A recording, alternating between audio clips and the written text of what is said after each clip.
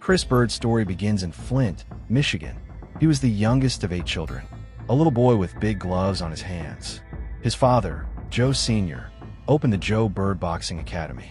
That's where Chris first stepped into the ring at only 5 years old, and his father never stopped guiding him.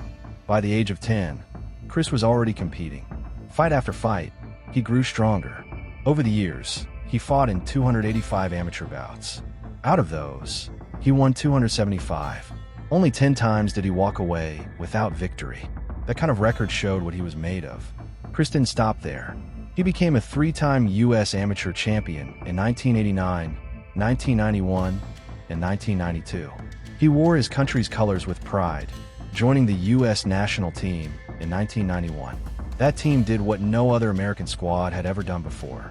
They tied with a mighty Cuban team, a moment that proved America could stand toe-to-toe with the best. Then came Barcelona, 1992, the Summer Olympics. Chris Byrd fought his way to the final as a middleweight. He stood across from Cuba's Ariel Hernandez. Chris gave it everything, but when the bell rang for the last time, he had to settle for silver. Still, that silver medal was more than a prize. It was proof of years of work, proof of a young man who had trained under his father's watch, proof of a boy from Flint who grew into one of America's finest fighters. Chris Byrd stepped into the professional world on January 28, 1993. That night, his hands spoke louder than words. He knocked out 10 of his first 13 opponents. A fast start, a statement. Just 3 fights in, Chris did something bold. He moved up to heavyweight, smaller than most men in that division, but he refused to back down. He carried speed, skill, and a heart that didn't break. Fight after fight, Chris kept winning. 26 times he entered the ring, and 26 times he left without a loss. Along the way, he faced names people knew: Phil Jackson, Lionel Butler, Uriah Grant, Burt Cooper, Craig Peterson, Frankie Swindell, Jimmy Thunder. He beat them all. He even handed Eliezer Castillo his very first defeat. And he overcame Ross Purity, a man feared for his toughness. Chris Byrd wasn't just winning fights. He was proving that a smaller heavyweight could rise, could outthink, could outlast. But in 1999, the streak ended. Chris Byrd, still undefeated, stepped into the ring with another unbeaten fighter, Ike Ibeabuchi, a man known for raw power and pressure. 4-5 rounds, Chris tried to move, tried to box, tried to stay sharp, but time was running out in the 5th. Just 48 seconds left. That's when it happened. Ibeabuchi threw a left-handed BOLO punch. It set the trap. Then came a crushing right hook.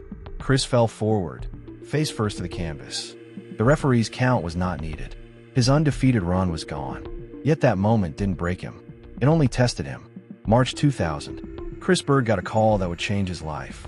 Donovan Ruddock was out. The opponent now? Undefeated champion, Vitaly Klitschko. The fight was set in Berlin, Germany, Vitaly's adopted home. Byrd had only 7 days to prepare. Not 6 weeks. Not 12. Just 1 week. The fight began, and the scorecards told a harsh story.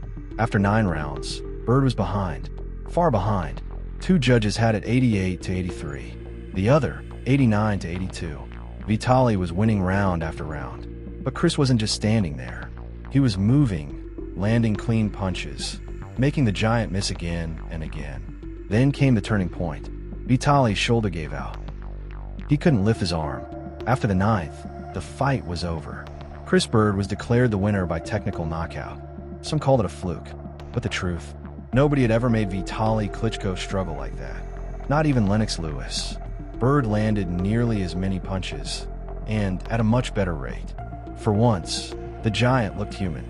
6 months later, Byrd found himself back in Germany, this time against Vitaly's younger brother, Vladimir Klitschko. Younger, sharper, faster. Chris fought hard, but the difference was clear. He was knocked down twice. After 12 rounds, the decision was lopsided. Vladimir took the belt, and Chris lost the title he had fought so hard to win. After the loss in Germany, Chris Byrd came home, back to the United States. He signed with Don King and stepped into Madison Square Garden. There, he beat Maurice Harris to claim the United States Boxing Association heavyweight belt. That one placed him among the top 5 contenders for the IBF crown. Next came David Tua, the powerful challenger from New Zealand. Chris boxed smart, defended well, and walked out with another win. That victory pushed him to the biggest chance of his career. December 14, 2002. Atlantic City. Chris Byrd stood across from Evander Holyfield, a legend, a former champion who had fought everyone. The vacant IBF World Heavyweight Championship was on the line. Round after round, Chris used his speed, his defense, his timing. He didn't let the moment break him. When the final bell rang, the judges all agreed. Unanimous decision. Chris Byrd was the new IBF Heavyweight Champion of the world. As champion, Chris Byrd held his ground.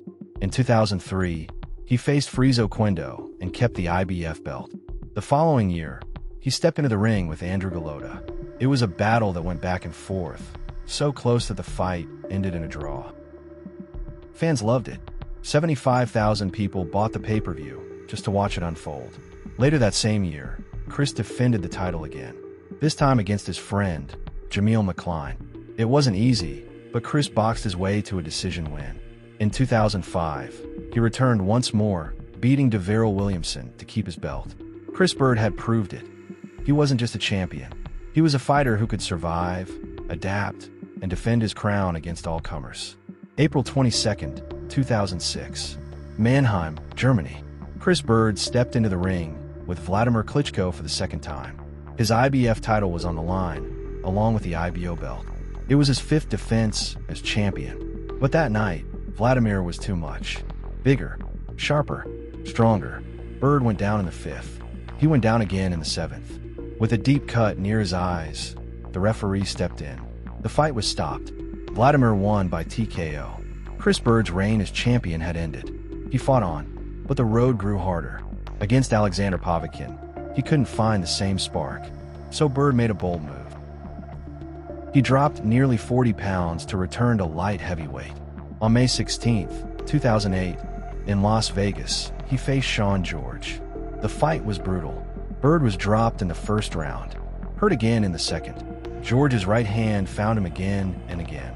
By the ninth, Chris went down twice more. He beat the first count, but the second knockdown ended it. The referee waved the fight off. 2 years later, in 2010, Chris Byrd called it a career. From a little boy in Flint, Michigan, to Olympic silver, to world heavyweight champion. He had lived the fighter's life. A story of skill, heart, and courage. Life after boxing never pulled Chris Byrd away from the sport he loved. He started a weekly video podcast called Bird's Eye View. On it, he sits down with fighters from the past, the present, and even world champions, giving fans a closer look into their lives. Flint, Michigan will always be home. That's where Chris first trained, not only with his father, but alongside his brother Patrick and his sister Tracy. His other sister, Lori, built her own path, becoming a professional basketball coach.